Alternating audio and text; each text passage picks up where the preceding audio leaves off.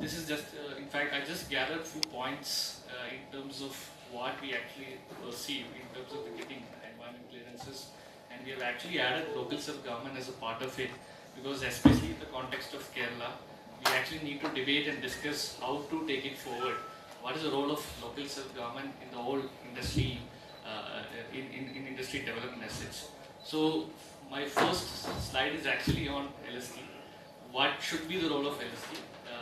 So there has been certain clarity on, I would say, not much clarity on what exactly is local self-government is supposed to do and how much they have the expertise to take it forward.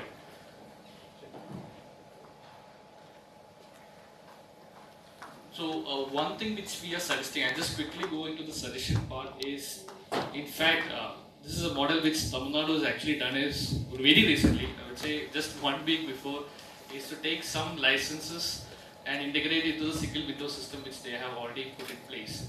But that does not cover all the local self-government licenses, and in the context of environment and NOC from LST, that is there in Tamil Nadu.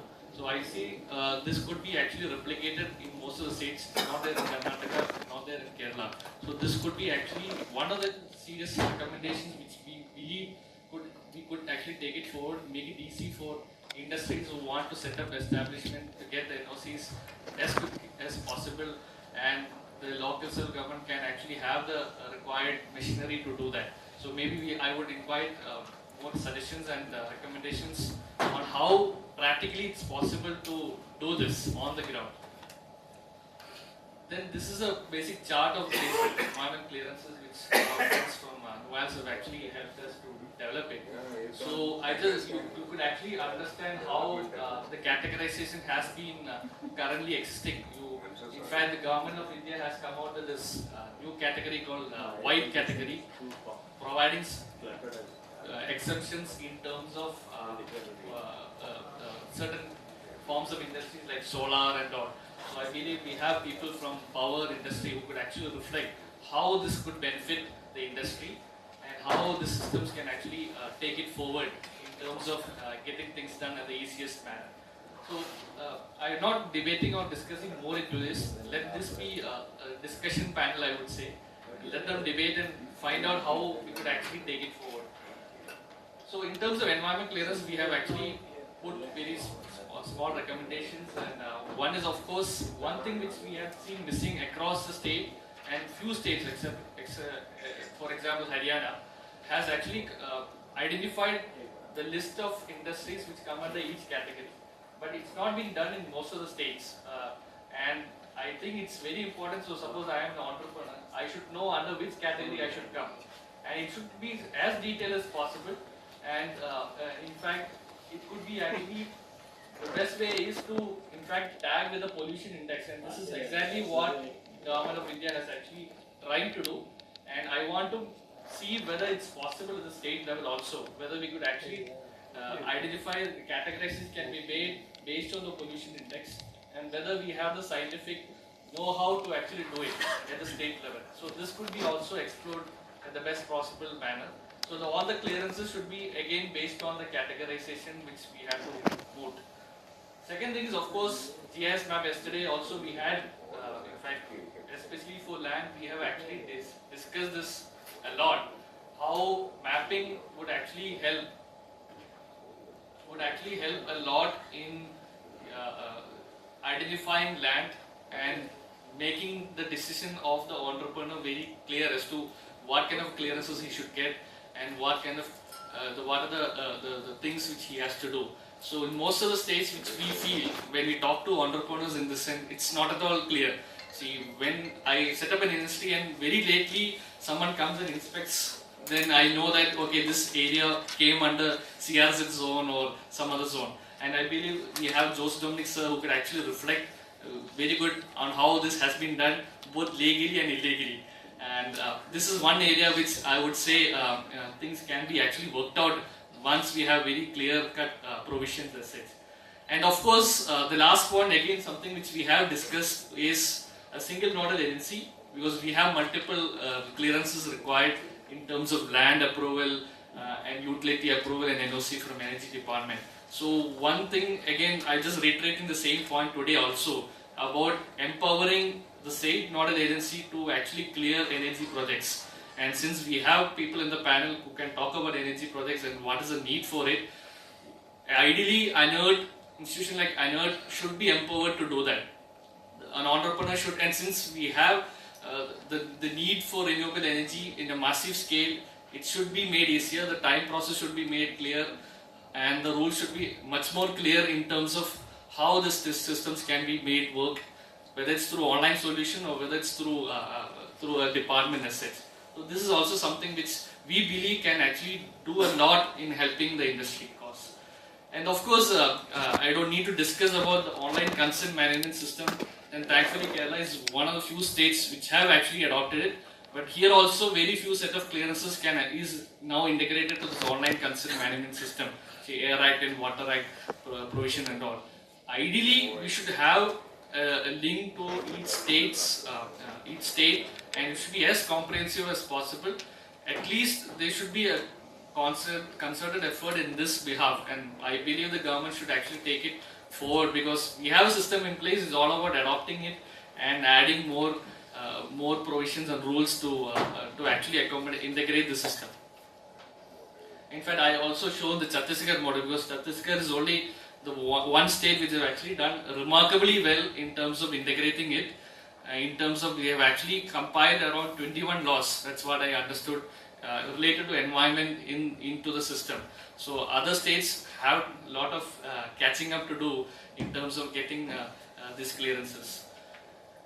And finally, one thing is, this was something which we have been discussing a lot, is the EIA, the Environment Impact Assessment thing.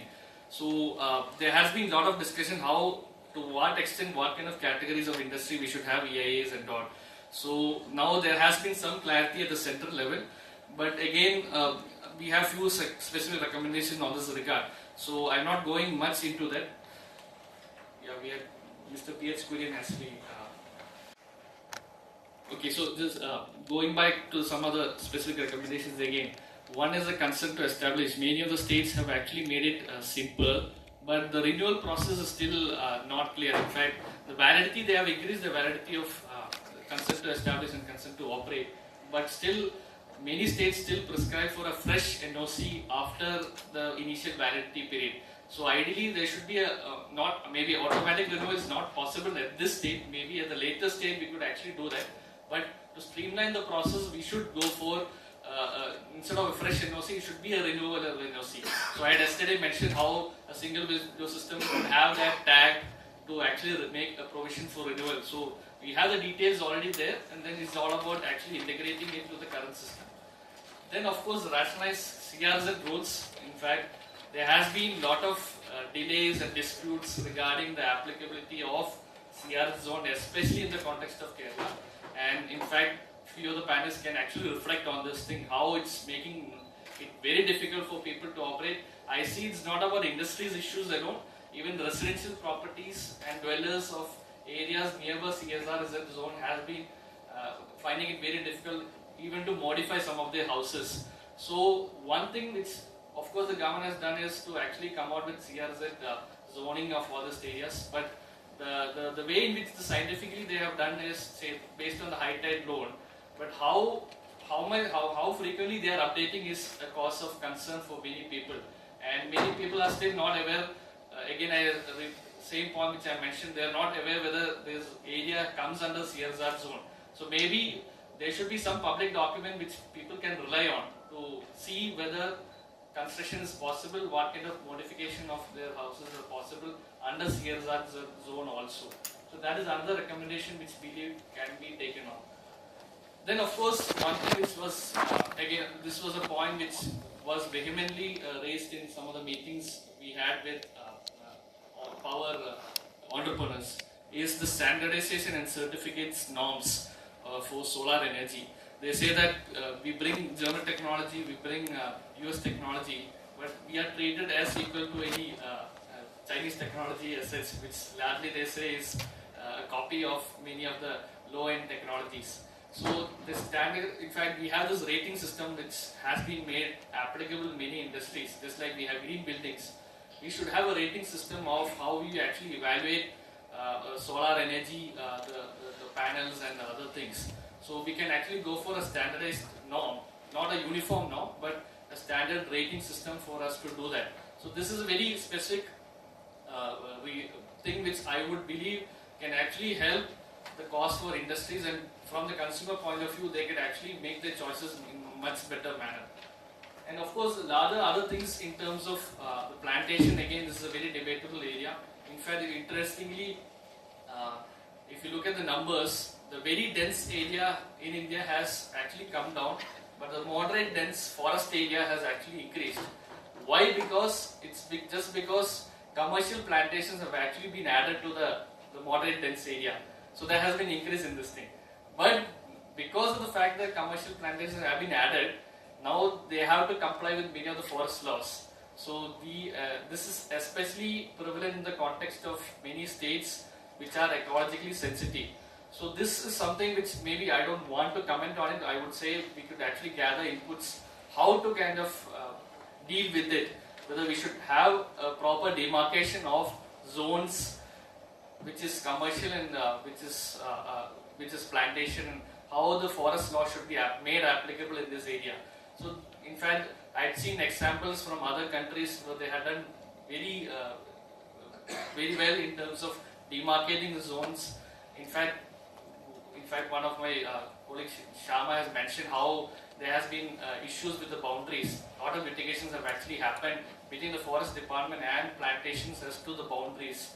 So whether we could have a dispute resolution mechanism to fix it as soon as possible, so that then there is a clarity of applicability of laws and all these things. And then another thing is actually to have specialized zone. In fact, this was something which came up in the meeting with Ayurveda industry. They find that raw materials is the biggest problem which they are having. They are finding, in fact, especially in the context of Kerala, they are only able to get raw materials from northeast states, and in fact the cost they incur is so huge that most of them are in a state of closing down. So they said that ideally we have a lot of resources, but we are not able to use it or access it. So one of the demands, which in fact the government had actually considered it, but it's not been taken into process, of having a zoning at the forest zones for forest area where they could use it for use of procure raw materials from these zones for their Ayurvedic products. So this was something which would actually, if you bring more clarity and we know how to take it forward, something which we can really work out. So these are very few suggestions, and we have already kept some of the suggestions onto the table in the report which we had submitted. So we could of course take up some of these things, but I leave it to the panel. In fact, I invite Dr. Dhanraj to actually moderate this session to kind of take it forward. We have actually few questions also at this point of time, but since the session we have an industry secretary also here, he can really reflect on some of the things, initiatives the government of Kerala is actually doing it, and how he would actually perceive the way forward for environment clearances and the role of LST specifically. We had Mr. Tejas Ohan, who was a lot of years of experience, and he was former mayor also, so he could reflect how best is the mechanism between local self-government and the state government to actually take it forward, many of the steps and reforms initiated. So I call upon Mr. Dr. Dhanraj to take over the session. Thank you.